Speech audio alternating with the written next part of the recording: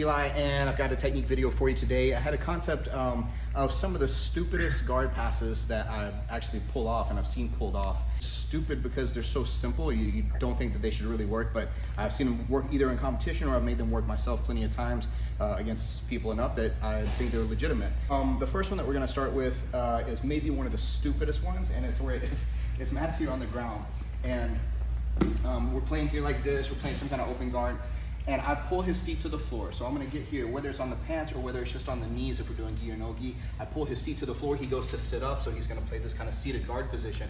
Whenever he goes to do this, if I can get his feet down to the ground here like this, I get his feet to the floor, I'm gonna step on both his feet here this way, right? Now, because I'm stepping on both of his feet, it's gonna be hard for him to kind of twist or turn or anything. This happens pretty quickly, and what I wanna look to do from here is I wanna make the space between his knees and his torso, be able to pull just right over and get myself straight to the mount.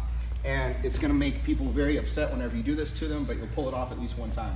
So once I pull his legs here to the ground here, I'm gonna step on his 2 feet, I'm gonna lift up and pull myself straight to mount position. And yeah, it's not gonna make you too many friends in training. So on this one here, you'll see this one pulled off actually quite a bit in competition. And it's actually very simple, and if you can pull it off, and it's something that, again, if this guy's playing a little bit hesitant and I'm playing a little more aggressively, and so I'm kind of out here, I want to make that space. I want to look for the space right over here underneath his arm. I may even increase it by pulling this arm up this way. So I'm going to take my back leg here. I'm going to post on my hand and my foot on the opposite side. I'm going to kick right through to here and then step right on high. From another angle, it looks like this here. I'm posting like kind of contralaterally here. I'm going to pull this open to make that space. I see the space in his hip. This foot's going to step right through to there. And then once I do that, I push myself. I might land knee on belly. I might just land a side control, but it's really actually about that simple. As a continuation of that one, you can do the same thing from seated guard again. Just right here. If I can get him kind of pawing at me with this arm here, then I can step just right on through, and then I'm already past.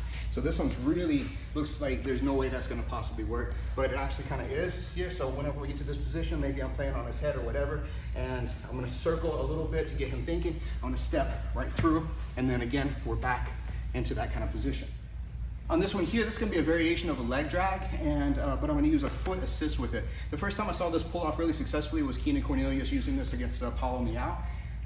And what's happening here, rather than just going in and doing kind of a standard leg drag, I'm going to step off to the side. I'm going to use this to kick that leg while I go to leg drag here. So it really moves his hips out of the way. Now, you may go straight in here like this to the leg drag position, or you can come here, step, and then drop that direction there to complete the guard pass all the way to side control. On this one here, where again we're playing in this kind of position, maybe he's doing a little better job keeping the wedges closed. And a good way for me to pass is to actually threaten submissions on the way. So that's a whole different style of passing, is for you to come in attacking and make him have to pay more attention to that attack. And as he's defending it, you're using that opportunity to pass the guard. So whenever I step in this time here, I'm gonna threaten first the guillotine choke. When I step in to threaten the guillotine, I'm going to tuck his head down here. I'm going to threaten like a 10-finger or traditional guillotine here. What he's going to do in response is whenever I put the arm inside, is he's going to grab to defend. As he grabs to defend here, I'm going to use that as my opportunity to sweep through this way and get this hook on the far side. So my leg is in the middle, I'm hooking underneath here. As I do this, my knee is going to go down behind him into the back this way and pull him up and across. And we're gonna land in the truck position here. I can continue on to take in the back, right? Or stop at the truck and look for submissions. In the same vein as the one where I get the underhook and I take his back, we're also gonna look at another back takeoff for this one, but this one is where actually I step in between and I'm gonna drag his arm. So I can go here, and I'm just gonna do a standard arm drag. But on this arm drag, I'm gonna help him to grab my leg, which sometimes this guy will step in to grab my leg anyway because he wants to attack for sweeps or something else. So if I go here and I drag and I actually give him my leg. The reason I'm doing this though, is this is gonna create a nice little trap for me, because whenever I set my knee down here and I look to take his back, now I have his arm on the bottom side trapped. I can come here, I can cross my ankles between his legs. I have this hand, this is his only line of defense, so it's a pretty clean route for a choke right here, especially if we're in the gi. This one, he's established himself in a little bit more of a seated guard, kind of a koala style guard here like this. So this is the one that I'm really a little more worried about, because this is gonna start fighting for my collar or for grips or for my wrist or whatever. So I'm gonna defend against this one here. And this one is maybe one of the not the most simple, but it's still kind of stupid the way that it works. What I'm gonna do here is I'm gonna pick my foot up and step on his far side thigh like this. So just getting this leg out from the middle and stepping. So that was the error that he made. So whenever I do that, I'm gonna step and kick back. This is gonna be like a flying leg scissor here like this. So once we step in here, now I can start to feed this up, and I'll look to attack here for either, if this is not a good reverse like backward triangle, then at least I still have the ability to go in here and look to attack his arm for this near side Kimura as well. In line with what we were talking about before about attacking on the guard pass to get him to pay attention to the attack more than the fact that I'm passing his guard, is if anytime I can get him to post this leg down here, and maybe a good way to do that sometimes is just to kind of club the back of the head so he has to post over there.